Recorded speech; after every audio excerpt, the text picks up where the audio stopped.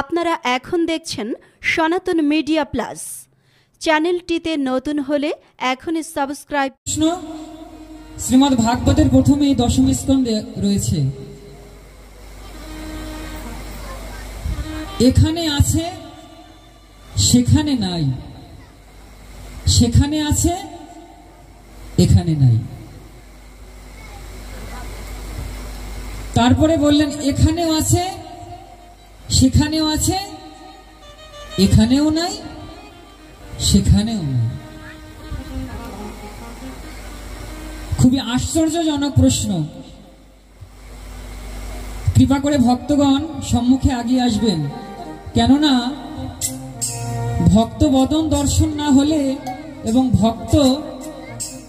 ভক্তঙ্গের বাতাস যদি গায়ে না লাগে তাহলে কৃষ্ণ কথা কিন্তু এই বদন হতে উচ্চারিত হবে না।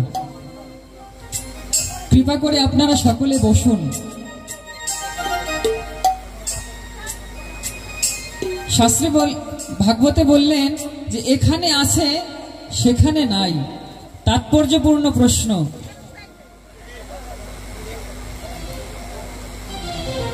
শ্রীমদ্ ভাগবতে বললেন, সরাসরি পরিষ্কারভাবে উত্তর দিলেন,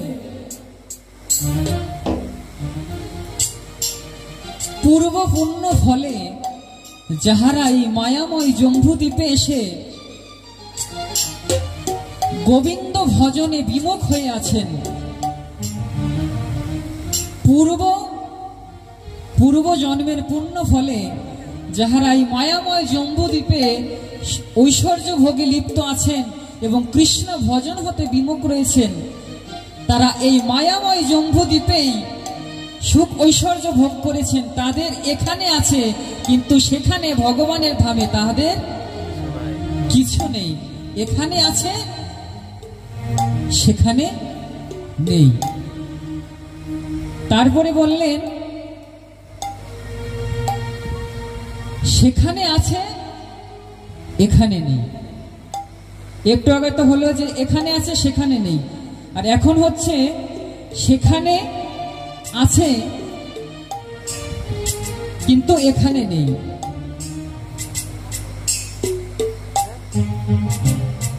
শ্রীমদ্ ভাগবতে বললেন, যাহারা এই মায়াময় সংসার সুখ, এই সংসার সুখ ঐশ্বর্যপূর্ণ সুখ ত্যাগ করিয়া যারা নিবিড় অরণ্যে গিয়ে শ্রী ভগবানের ধ্যান করছেন, তপস্যা করছেন, তাহারা কিন্তু এখানে কোনো সুখ পাচ্ছেন না। তাহাদের কিন্তু এখানে সুখ নেই। তাহাদের সুখ কোথায়? তাহাদের সুখ হচ্ছে ভগবত ধামে। তাই বললেন তাহাদের এখানে নাই, কিন্তু সেখানে পরম সুখ আছে। ভগবানের চরণ সান্নিধ্যে গেলে পরম সুখ অনুভব করা যায়।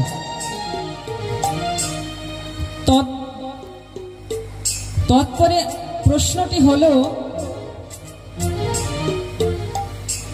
এখানেও আছে সেখানেও আছে, এখানেও আছে আবার সেখানেও আছে, এটা আবার কি? যাহারা নববিধা ভক্তি আশ্রয় করিয়া শ্রবণ কীর্তন স্মরণ অর্চন বন্দন শান্ত দাস্য সক্ষ আত্মনিবেদন, নববিধা ভক্তি আশ্রয় করিয়া শ্রী গোবিন্দ লীলামৃত স্মরণ কীর্তন মহাপ্রসাদ ভোজন এবং শ্রী মন্দির মার্জন এবং শ্রী গোবিন্দ ভক্ত সুখ আস্বাদন এবং শ্রীকৃষ্ণের সুখের জন্য নানা ব্রতাদি, যেমন সর্বশ্রেষ্ঠ ব্রত হচ্ছে একাদশী ব্রত। সর্বশ্রেষ্ঠ ব্রত হচ্ছে একাদশী ব্রত। কে কে একাদশী পালন করেন একটু হাত তুলুন তো। একাদশী করেন না?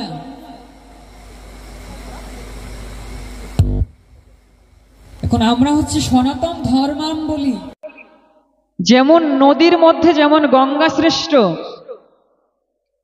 পুরাণের মধ্যে যেমন শ্রীমদ্ ভাগবত শ্রেষ্ঠ, তেমনি সর্বব্রতের সার হচ্ছে একাদশী ব্রত। জ্ঞান মার্গের কথা আমার দ্বারা হবে না, তাই ভক্তি মার্গেই থাকি। সবাই একাদশী ব্রত পালনে প্রচেষ্টা হবেন। তাই যাহারা এই নিত্য জম্বুদ্বীপে এসে শ্রী ভগবানের লীলারস শ্রবণ করেন, ভক্তগণের সঙ্গসুখ আস্বাদন করেন এবং শ্রীকৃষ্ণ প্রীতার্থে যারা ব্রত অনুষ্ঠান করেন, তাহাদের ইহজীবনও যেমন সুখে অতিবাহিত হয়, তাহাদের পরকালেও গিয়ে তেমনি ভগবানের সঙ্গসুখ তাহাদেরও সেখানেও গিয়ে সেই সুখ আস্বাদন করে তারা। তাই বললেন তাহাদের এখানেও আছে সেখানেও আছে। যারা এই মায়াময় জম্বুদ্বীপে এসে কৃষ্ণ ভজন করেন, তাহাদের এখানেও সুখ আছে, তাহাদের ওইখানেও সুখ আছে।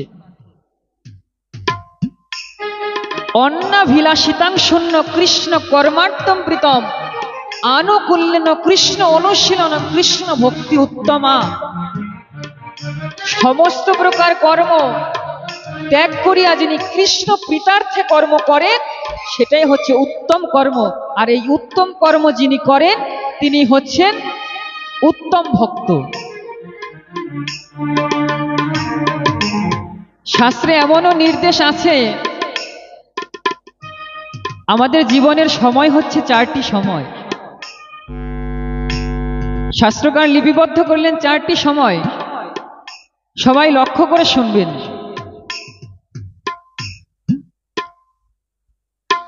প্রথম সময়কালে স্তনপান কৌতূহলে অজ্ঞানে আছিনে মতিহীন, তবে কো বালক সঙ্গে খেলাইনু নানা রঙ্গে এমতে গোয়াইনু কিছুদিন।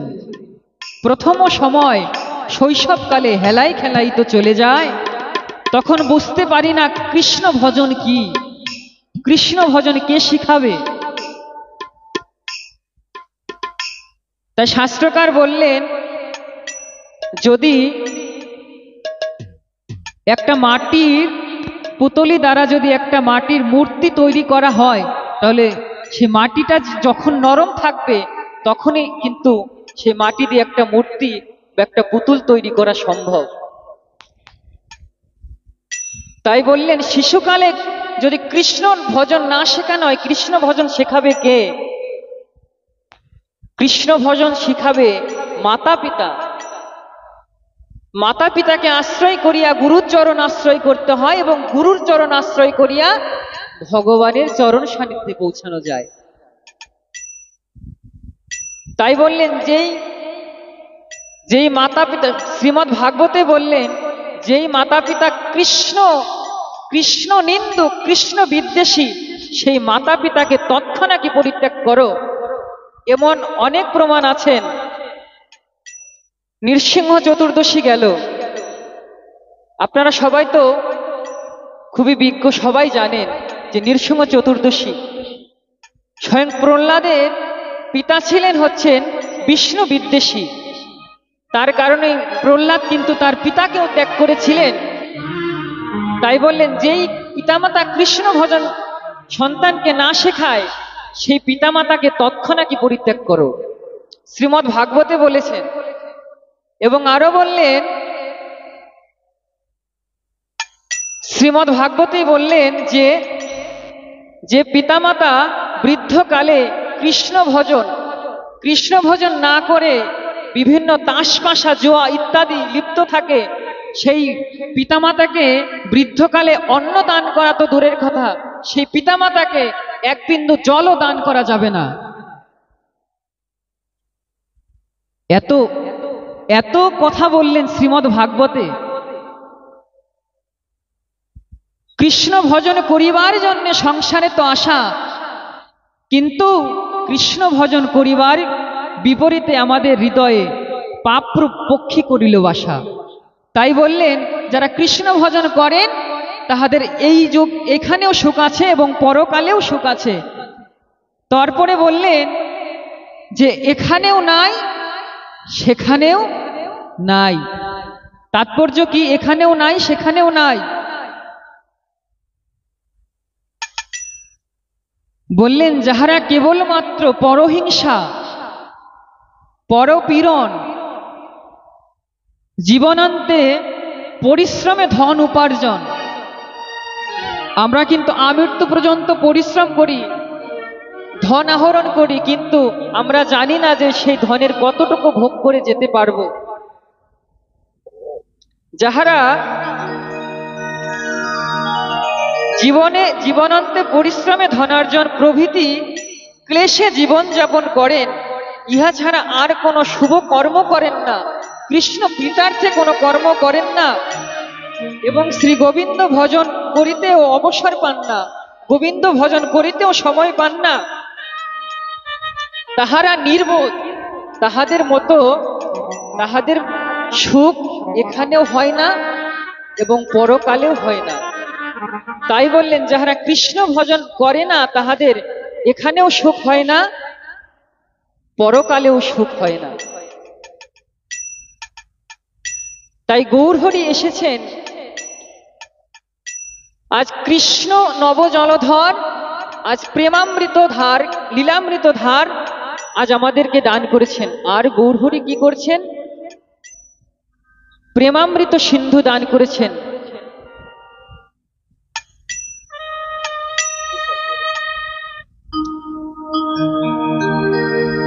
তাই গৌরহরি যখন এসেছেন আমাদের কি করা উচিত? সর্বদা গৌরের চরণে আত্মসমর্পণ করা উচিত। তাই শাস্ত্রকার বললেন, ও সে গৌরের নাম অমিয়ার ধার,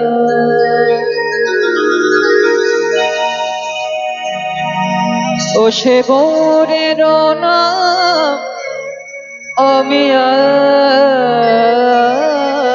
ধাম, প্রীতি মূরতি দাতা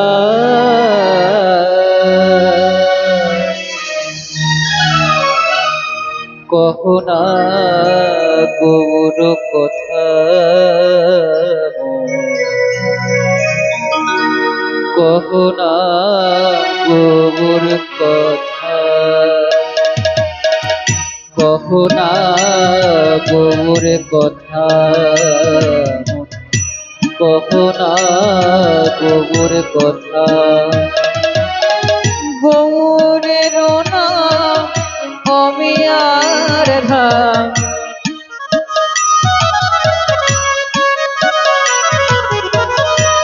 গৌরের নাম অমিয়ার ধাম, প্রীতি মূরতি দাতা কহো না গৌর কথা, কহো না গৌর কথা।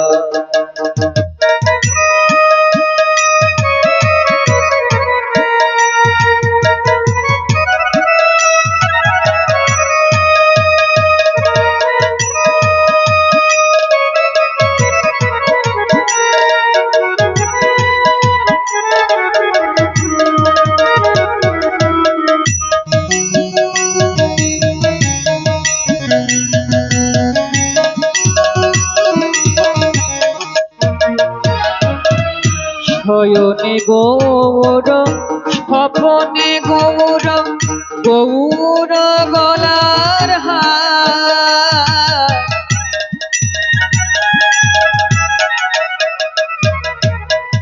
শয়নে গৌর, স্বপনে গৌর, গৌর গলার হার, জীবনে গৌর, মরণে গৌর,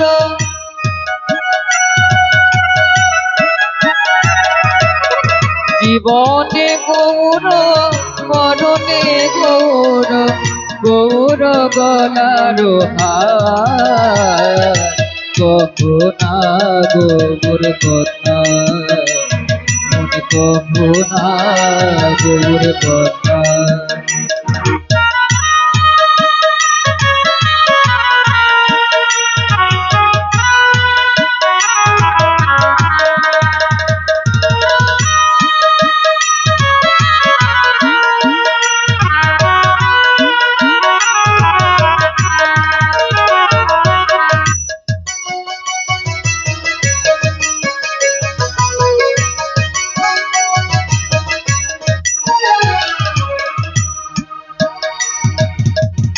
হিয়ার মাঝারে গৌরাঙ্গ রাখিয়ে বিরলে বসিয়া রব। হিয়ার মাঝারে গৌরাঙ্গ রাখিয়ে বিরলে বসিয়া রব। মনের সাথীতে সেরূপ চাঁদে,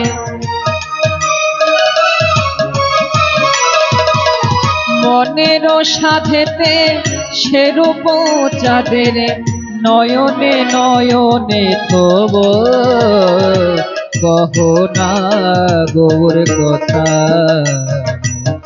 কহো না গৌর কথা, কহো না গৌর কথা, কহো না গৌর কথা।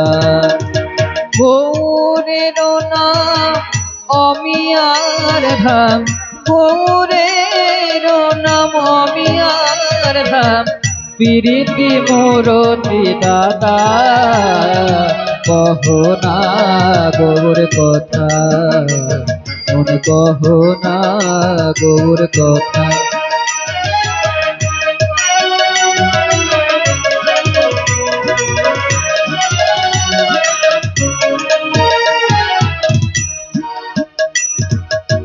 গৌর বিহনে বাঁচি না পরাণে, গৌর করেছি সার। গৌর বিহনে বাঁচি না পরাণে, গৌর করেছি সার। কেননা আনন্দ লীলাময় বিগ্রহায় হেমাব দিব্যস্বী সুন্দরায় তস্মৈ মহাপ্রেম রসপ্রদায় শ্রী চৈতন্য চন্দ্রায় নমো নমস্তে। আজ গৌর হরি প্রেম সম্পদ দান করেছেন, তাই কি বললেন? গৌর বিহনে না বাঁচি পরাণে, গৌর করেছি সার। গৌর বিহনে না বাঁচি পরাণে, গৌর করেছি সার। গৌর বলিয়া এ জীবন যাওক, গৌর বলিয়া এ জীবন যাওক, কিছু না চাহিব আর। কহো না গৌর কথা, কহো না গৌর কথা, কহো না গৌর কথা, কহো না গৌর কথা। গৌরের নাম অমিয়ার ধাম, গৌরের নাম অমিয়ার ধাম, প্রীতি মোরতে দাদা কহো না গৌর কথা মন, কহো না গৌর কথা, কহো না গৌর কথা মন, কহো না গৌর কথা মন, কহো না গৌর কথা।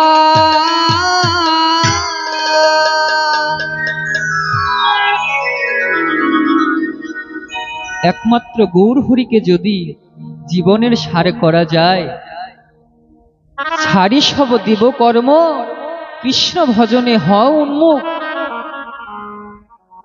কলিযুগে কৃষ্ণ ভজন, হরিনাম, কৃষ্ণ নাম সংকীর্তন বিনে জীবের গতি নাই। যেহেতু গতি নাই, অন্য ধর্ম ছাড়, কৃষ্ণ চরণে সমর্পণ ও করিয়া আজ আত্মনিবেদন যদি করা যায়, তাহলে গৌরহরির কৃপা অনায়াসে হয়। শ্রীধাম বৃন্দাবনে যখন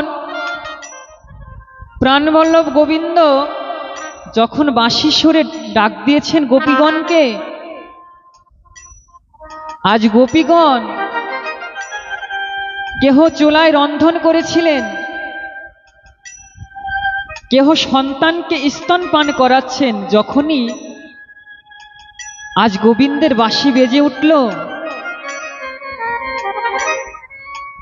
এখানে তো আমাদের জীবন সন্ধ্যা,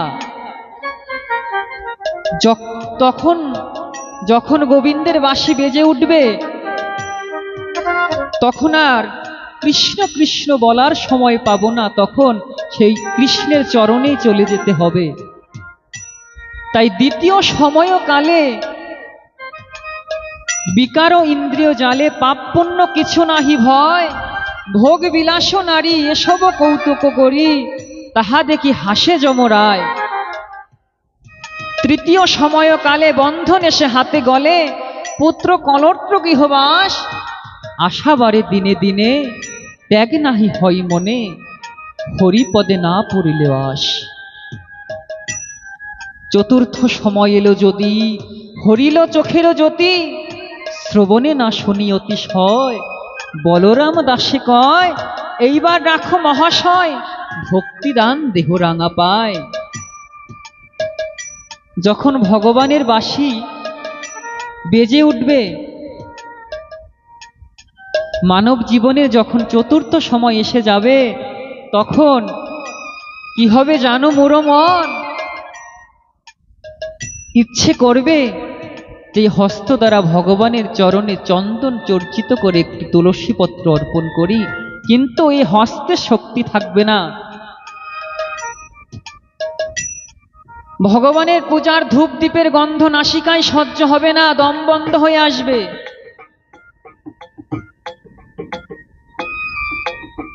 শ্রবণ হবে অতিশয়, এই কর্ণে হরিনাম সংকীর্তন শ্রবণ করতে পারবো না, কর্ণ আমাদের বধির হয়ে আসবে। তাই বললেন, শাস্ত্রকার বললেন, জীবনের যতটুকু সময় আছে ততটুকু কৃষ্ণ ভজন করো, যা যাওয়ার তা গেছে চলে, খেদ করিস না আর তা বলে, যতটুকু সময় আছে পিছনে অতীত হলে আবার কৃষ্ণ ভজন শুরু করো। যতটুকু সময় আছে কৃষ্ণ ভজন করলে অবশ্যই কৃষ্ণ কৃপা পাবে। কেননা চৈতন্য চরিতামৃতে বললেন, হা কৃষ্ণ কৃপা করো বলে যদি বলো একবার, মায়াবদ্ধ হইতে কৃষ্ণ তারে করে পার। যে জনে বদনে একবার হা কৃষ্ণ বলে, যেজন একবার মাত্র হা কৃষ্ণ দয়া করো বলে, তার এই মায়া বন্ধন ছিন্ন করে কৃষ্ণ নিজের চরণে আশ্রয় দান করে। শুধুমাত্র একবার কৃষ্ণ নামে যত পাপ হরে, পাতকের সাধ্য নাই তত পাপ করে। তৎপরে শাস্ত্রকার আবার বললেন, হরিনামে করিতে করিতে নাচিতে নাচিতে জীব নরকেতে যাইবে। কেন বললেন? আমাদের তো ভক্তি আছে, শুদ্ধ ভক্তি কয়জনের আছে? ভক্তি তো সবারই আছে, কারো সংসারে ভক্তি, কাহারো কর্মে ভক্তি, কাহার কৃষ্ণ চরণে ভক্তি, সবারই ভক্তি আছে, কিন্তু শুদ্ধ ভক্তি নেই। তাই বললেন, কৃষ্ণ সূর্য সম মায়ায় অন্ধকার, যেথা কৃষ্ণ সেথা নাই মায়ার অধিকার। যেখানে কৃষ্ণ আছে সেখানে মায়া গ্রাস করতে পারেন না। যখন এই মায়ার হচ্ছে দুটি রূপ, একটি হচ্ছে যোগমায়া, একটি হচ্ছে মহামায়া। যখন আমরা কৃষ্ণ ভজনে বিমুখ হয়ে যাই, মায়াময় সংসারে কৃষ্ণ বিদ্বেষী হয়ে যায়, তখন আমাদের হৃদয়ে মহামায়া আশ্রয় করেন। এবং যখন আমরা কৃষ্ণ ভজনে আগ্রহী হই, তখন আমাদের হৃদয়ে কৃষ্ণ ভজনে প্রযুক্ত করার জন্য যোগমায়া আমাদের হৃদয়ে আশ্রয় করে। এবং যোগমায়া হলেন ভক্ত এবং ভগবানের মিলনকারী। হচ্ছে যেমন যোগমায়া, তেমনি ভগবানের চরণ সান্নিধ্যে পৌঁছানোর জন্য এবং ভক্তের সেই কৃষ্ণ চরণে মনোবিষ্ট হওয়ার জন্য প্রধান হাতিয়ার হচ্ছেন পরম দয়াল শ্রী গুরুদেব। গুরুদেব যদি কৃপা করেন, তাহলে সেই পরম তত্ত্ব, সেই ভগবান কৃষ্ণের চরণে আত্মসমর্পণ করা যায়। আত্মসমর্পণ করেছিলেন কে? এখানে উপাখ্যান এসে যায় আত্মসমর্পণ করেছিলেন। এই উপাখ্যানের মধ্য দিয়ে অনেকে প্রশ্ন করে থাকেন যে যদি গুরুকরণ করা হয় তৎপর কি গুরুদেব পরিবর্তন করা যায় বা গুরুত্যাগ করা যায়, এরকম প্রশ্ন হতে পারে, প্রশ্ন করেন। শাস্ত্রকার বললেন, যিনি সৎ নিষ্ঠাবান কৃষ্ণ ভক্ত, কৃষ্ণ ভজন পরায়ণ, যিনি কৃষ্ণ প্রসাদ ব্যতীত অন্য কিছু সেবন করেন না, তিনিই হচ্ছেন গুরু হওয়ার অধিকার, তিনি গুরু হওয়ার অধিকার রাখেন। আরো বললেন, অনেকে প্রশ্ন করেন যে ব্রাহ্মণ এবং বৈষ্ণব এদের মধ্যে কি ভিন্ন না অভিন্ন? এরা কিন্তু অভিন্ন নয়। এখানে ব্রাহ্মণের প্রশ্ন হতে পারে যে নবগুণ সম দম তপ আর্য ক্ষান্তি জ্ঞান বিজ্ঞান আস্তিষ্ক বুদ্ধি সমতা যদি একটা ব্রাহ্মণ বা বৈষ্ণবের মধ্যে না থাকে, যদি উঁচু নিচু বিভেদ করে, তাহলে সে ব্রাহ্মণ হতে পারেন না, সে বৈষ্ণব হতে পারেন না। কেননা আমরা যদি মহাপ্রভুর আদর্শ মানি, তাহলে চৈতন্য চরিতামৃতে এবং শিক্ষাষ্টকে দেখা যায়, ত্রিনাদপি শনিচেন তররিব সহিষ্ণুনা অমানিনা মানদেন কীর্তনীয় সদাহরি। অনেকে বলে থাকেন কীর্তনীয়া সদাহরি, কিন্তু এখানে কীর্তনীয়া সদাহরি হবে না। শাস্ত্রকার বললেন কীর্তনীয় সদাহরি। ত্রিনাদপি শুনেছেন, তৃণের মতো নিচু হও, তাই বলে কি সবার কাছে নিচু? মহাপ্রভু বললেন সবার কাছে নিচু হওয়া যায় না। রান্নাঘরে যেমন কুকুর ঢুকলে তাকে যেমন রাম রাম বললে হয় না, মুগুর নিয়ে যেতে হয়, তেমনি সবার কাছে নিচু হতে নেই। নিচু হতে হয় কার কাছে? কার কাছে বাবা? সাধুগুরু বৈষ্ণবের চরণে নিচু হতে হয়। ত্রিনাদপি শুনেছেন তররিব সহিষ্ণুনা। অনেকে দেখবেন সাধুগুরু বৈষ্ণবের কঠোর ভাষায় অনেক ভক্ত মনে আঘাত পান, যেন এই বৈষ্ণব আমাকে এমন কথা বলল, যা এই বৈষ্ণবের আর পাটি শ্রবণ করব না। কিন্তু তাহা নয়। বৈষ্ণবগণ আমাদের কি করেন? আমাদেরকে পরীক্ষা করেন যে কৃষ্ণ ভক্তি কতটা প্রগাঢ়, কৃষ্ণ ভক্তি কতটা প্রগাঢ় হয়েছে হৃদয়ে, তাই কঠোর ভাষায় আমাদেরকে বলেন। কিন্তু বৈষ্ণবের হৃদয়টা কি? শাস্ত্রে বললেন, বৈষ্ণব মহিমায় বললেন, দিয়ে পদ ছায়া শোধ হে আমায় তুয়া চরণ ধরি। ওহে বৈষ্ণব ঠাকুর দয়ার সাগর, এ দাসে করুণা করি। ছয় বেগ তুমি ছয় দশ সদী, ছয় গুণ দেহ দাসে, ছয় সৎসঙ্গ দেহ হে আমায় বসেছি সঙ্গেরে আসে। একাকী আমায় নাহি পায়ে বলো হরিনাম সংকীর্তনে, তুমি কৃপা করি শ্রদ্ধা বিন্দ দিয়া দেহ কৃষ্ণ নাম ধনে। বৃহৎ ভক্তমাল গ্রন্থে বললেন, যেজন শুধুমাত্র কৃষ্ণ ভজন করেন তিনি কৃষ্ণকে পান না। একেবারে চোখে আঙুল দিয়ে বোঝালেন, যিনি শুধুমাত্র কৃষ্ণ ভজন করেন তিনি কৃষ্ণকে পান না। কৃষ্ণকে কারা পান? যিনি কৃষ্ণ ভক্তকে ভজনা করেন। যিনি কৃষ্ণ ভক্তকে ভজনা করেন তিনি কৃষ্ণ সান্নিধ্য পান, তিনি কৃষ্ণ কৃপা প্রাপ্ত হওয়ার যোগ্যতা রাখেন। তাই বললেন, জীবনের যতটুকু সময় আছে ততটুকু হরিনাম সংকীর্তনে মেতে থাকো এবং গুরু গৌরাঙ্গের চরণে আত্মসমর্পণ করে ভক্তের চরণধুলি সবাই অঙ্গে লেপন করো। চরণধুলি অঙ্গে লেপন করতে কেন বললেন? চরণধুলি কেন বললেন লেপন করতে? ত্রিতাপ জ্বালা, আদি দৈবিক, আদি ভৌতিক, আধ্যাত্মিক, এই হচ্ছে ত্রিতাপ জ্বালা। এই ত্রিতাপ জ্বালা হতে মুক্ত পেতে হলে কি করতে হবে? ভক্তের চরণধুলি অঙ্গে মাখতে হবে। কেননা আমাদের হৃদয় তো শুষ্ক কাষ্ঠ।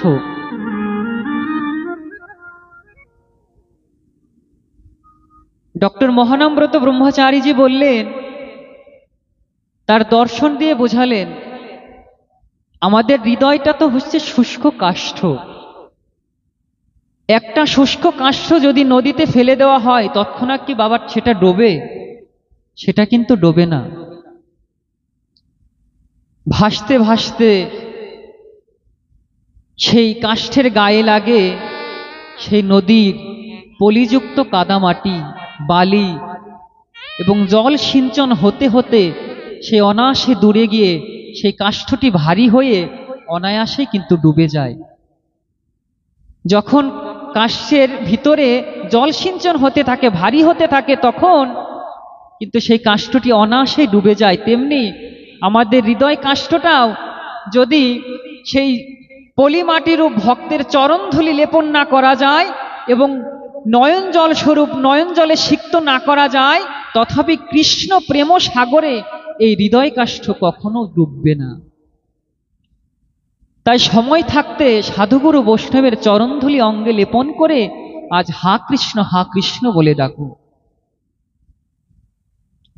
আজ আসুন, সে আত্মসমর্পণ করেছিলেন বলি রাজা। কোথায় ছিলাম যে গুরু ত্যাগ করা যাবে কিনা, এখানে বললেন প্রত্যেকটি গুণ ব্রাহ্মণ এবং বৈষ্ণবের সবাকার মধ্যেই থাকতে হবে। শাস্ত্রে আরো বললেন, অবৈষ্ণব হইতে মন্ত্র করিলে গ্রহণ, নরকে যাইতে হয় শাস্ত্রের বচন। অবৈষ্ণব হইতে পূর্বে মন্ত্র লয় বিধি, পুনরায় বৈষ্ণব হইতে মন্ত্র লইতে বিধি।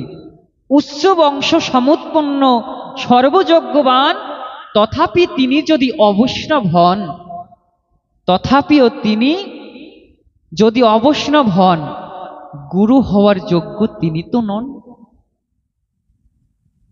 ব্রাহ্মণ হোক আর বৈষ্ণব হোক, যার মধ্যে এসব গুণাবলী না থাকবে তাহাকে গুরুকরণ করা যাবে না।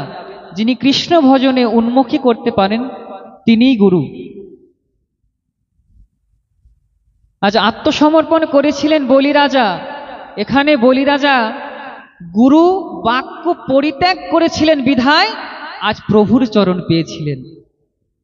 ব্যতিক্রম হয়ে গেল না, যে গুরু বাক্য পরিত্যাগ করলে কি, গুরু বাক্য না মানলে কি ভগবানের চরণ পাওয়া যায়?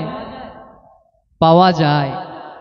যেই গুরুদেব কৃষ্ণ ভজন করতে দেয় না, সেই গুরুদেব অবশ্যই পরিত্যাগ করতে হবে। তাই বলি রাজার ছিলেন অতীব দানী ব্যক্তি, যিনি স্বর্গকে জয় করেছিলেন এবং স্বর্গ লাভের আশায় যিনি বহুত দানযজ্ঞ করেছিলেন।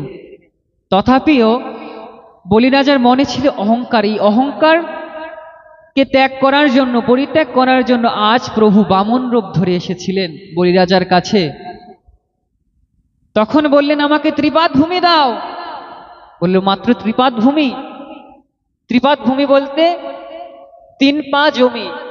যখন রাজা হাসতে হাসতে বললেন, ত্রিপাদ ভূমি, আমার রাজ্যে তো কতই জমি, তোমার যেখান থেকে খুশি সেখান থেকে ত্রিপাদ ভূমি নিয়ে যাও। তখন বলি রাজার অহংকার চূর্ণ করবার জন্য আজ সেই বামন অবতার কি করলেন? এক চরণ দিয়ে সমস্ত পৃথিবীকে আচ্ছাদন করলেন। এক চরণ দিয়ে মর্ত আচ্ছাদন করলেন, তোমারও আর জমি তো সবই নেই। তখন বামন পদ্ম থেকে আরেকটি চরণ বললেন, চরণ আছে তো দেবার মতো। তখন বলিরাজ, তৎপূর্বে বলিরাজার গুরুদেব ছিলেন, এর করো না কোনো প্রতিষ্ঠা